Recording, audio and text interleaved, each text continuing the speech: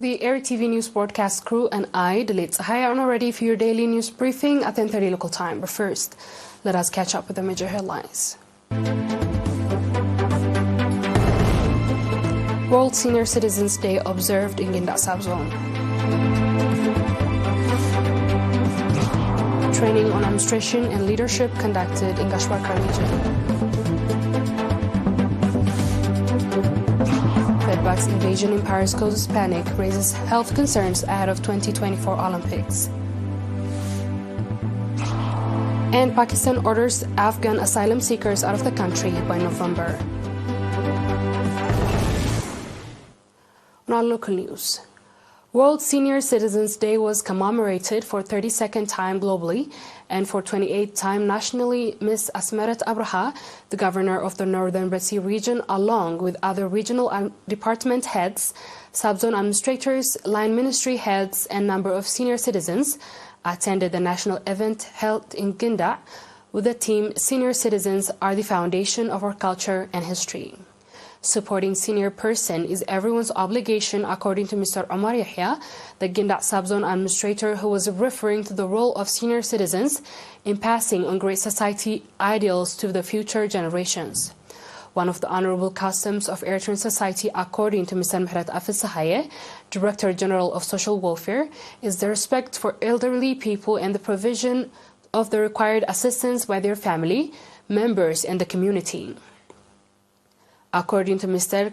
Kieta Oshi, UNFPA's representative in the Eritrea, UNFPA actively collaborates with the Ministry of Health, Labor and Social Welfare, Finance and National Development, as well as with the Statistics Office to improve the health of mothers, children and senior citizens.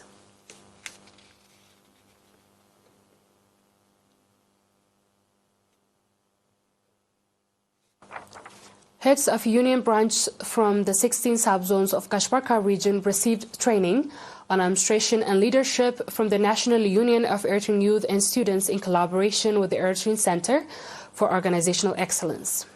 The program, which was offered from 18 September to 3 October, according to Mr. Marikos Girmay, director of the union branch, was designed to help young people enhance their capacity for administration and leadership so they can effectively carry out the union's goals. The training covered fundamental concepts of administration and leadership, time management, communication, documentation, and dispute resolution, according to Mr. Suleiman Yusuf, head of the organizational affairs at the union branch. In related news, union branch arranged civic education program for secondary school students and head of union branch, as well as training sessions for trainers. At the completion of the session, Ambassador Muhammad Ali Houri advised the participants to put the training to use in implementing the union's goal and programs and setting an example for other young people in their communities. The Mendefara subzone held elections for Executive Committee of the Youth Workers Organization on October 3. Mr. Musa Abdullah, head of the organizational affairs at the union branch in the subzone, stated that youth workers are the national assets that required special attention due to the capacity and energy they possess. He added that the union is making a significant effort to enable youth workers to actively participate in the implementation of the union's goals in their workplace. On his part, Mr. Girmay Gabru, the head of the union branch in the region, urged the youth workers to set example and serve the role models at the work to increase their involvement and initiative to develop capable and successful young people. Speaking at the event, Mr. Hizkias Wuhbet, the subzone administrator, praised the National Union of the Eritrean Youth and Students' effort to build the youth overall capacity and expressed the subzonal administration's willingness to support the union branch in all of its endeavors.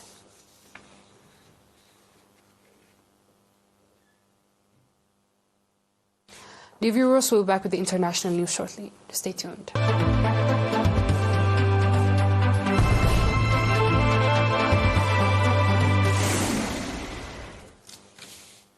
Welcome back. Earlier this week, the French Ministry of Health reassured the public that there is no need to panic about the bedbug infestation. Paris and other cities in France are currently facing a significant increase in bedbug infestation, which is causing widespread concern and raising questions about the public health in lead up to 2024 Olympics. The number of bedbugs sightings has risen in recent weeks across France, continuing to upward trend observed over several years. According to Jean-Michel Brenger, the lead entomologist in France, the seasonal increase in link to summer travel and people inadvertently bringing bedbugs back to their language each year. In Paris, where 1 to 10 flat dwellers has faced bedbugs issues in the past 5 years, new worries have emerged. Reporters of bedbugs in cinemas and even in the trains have fueled anxiety. On our last news, Pakistan's government have ordered all unauthorized Afghan asylum seekers, an estimated 1.7 million people, to leave the country by November. The spike of militants' attack along the two countries' borders this year has escalated tensions. Pakistan has blamed the border across on Afghanistan-based operatives, change denied by the Taliban regime. But this has fueled resentment in Islamabad, which on Tuesday announced a crackdown on the illegal immigrants. Pakistani's Interior Minister Sarfraz Bugti did not appear to directly refer that another attack in Balochistan province when he announced a crackdown order in illegal Afghans on Tuesday. The right to seek refuge in the foreign country is preserved in international law. Pakistan has taken hundreds of thousands of Afghan refugees, particularly since the Taliban returns in power in Afghanistan in 2021. About 1.3 million Afghans were registered as refugees, while another 880,000 have received the legal status to remain, according to the UN. But another 1.7 million people in the country are legally claimed by Bugti on Tuesday, an apparent reference to those who have not yet gained refugee status.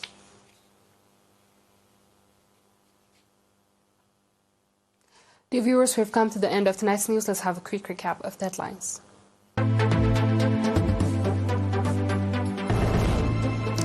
World Senior Citizens Day observed in Minda Subzone. Training on administration and leadership given on Kashbarkar region. Bedbug invasion in Paris causes panic, raises health concerns ahead 2024 Olympics. And Pakistan orders Afghan asylum seekers out of the country by November. That is all with our local and international news. Dear viewers, thanks for watching and have a good one.